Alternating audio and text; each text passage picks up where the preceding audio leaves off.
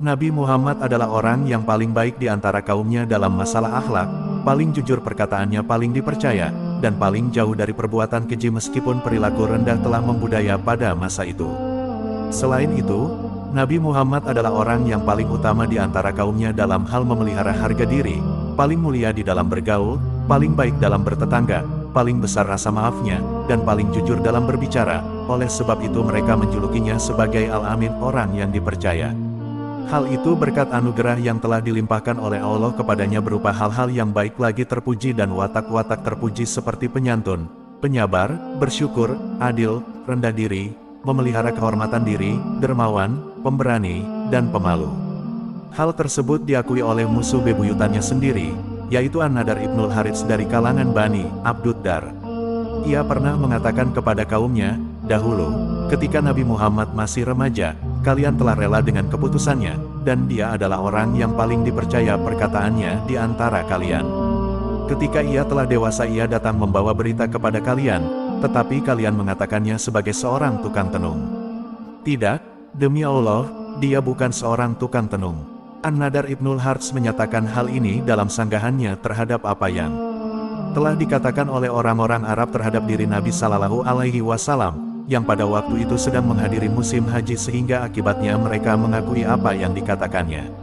Tatkala Kaisar Rum Heraklius bertanya kepada Abu Sufyan yang pada saat itu menjadi utusan Nabi Shallallahu Alaihi Wasallam untuk menyampaikan pesannya, apakah kalian menuduhnya pernah melakukan kedustaan sebelum ia?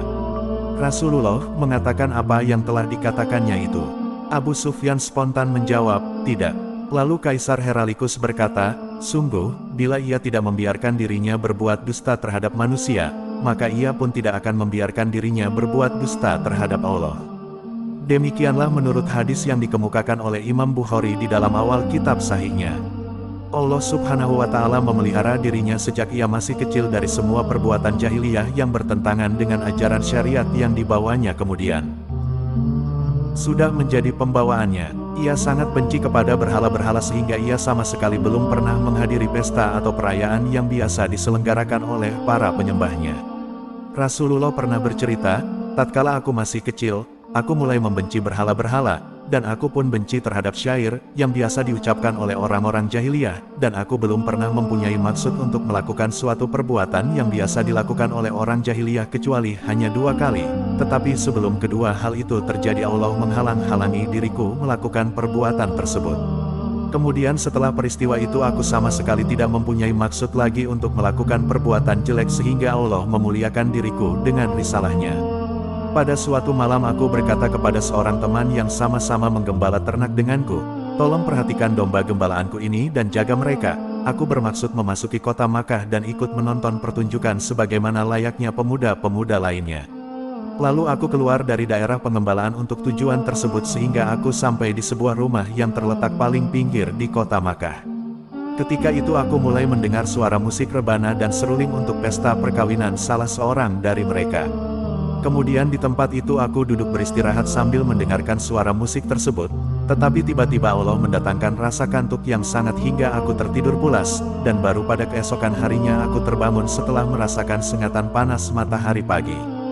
Aku tidak sempat menyaksikan pertunjukan tersebut sama sekali, dan hal serupa pernah pula menimpa diriku pada kesempatan lain.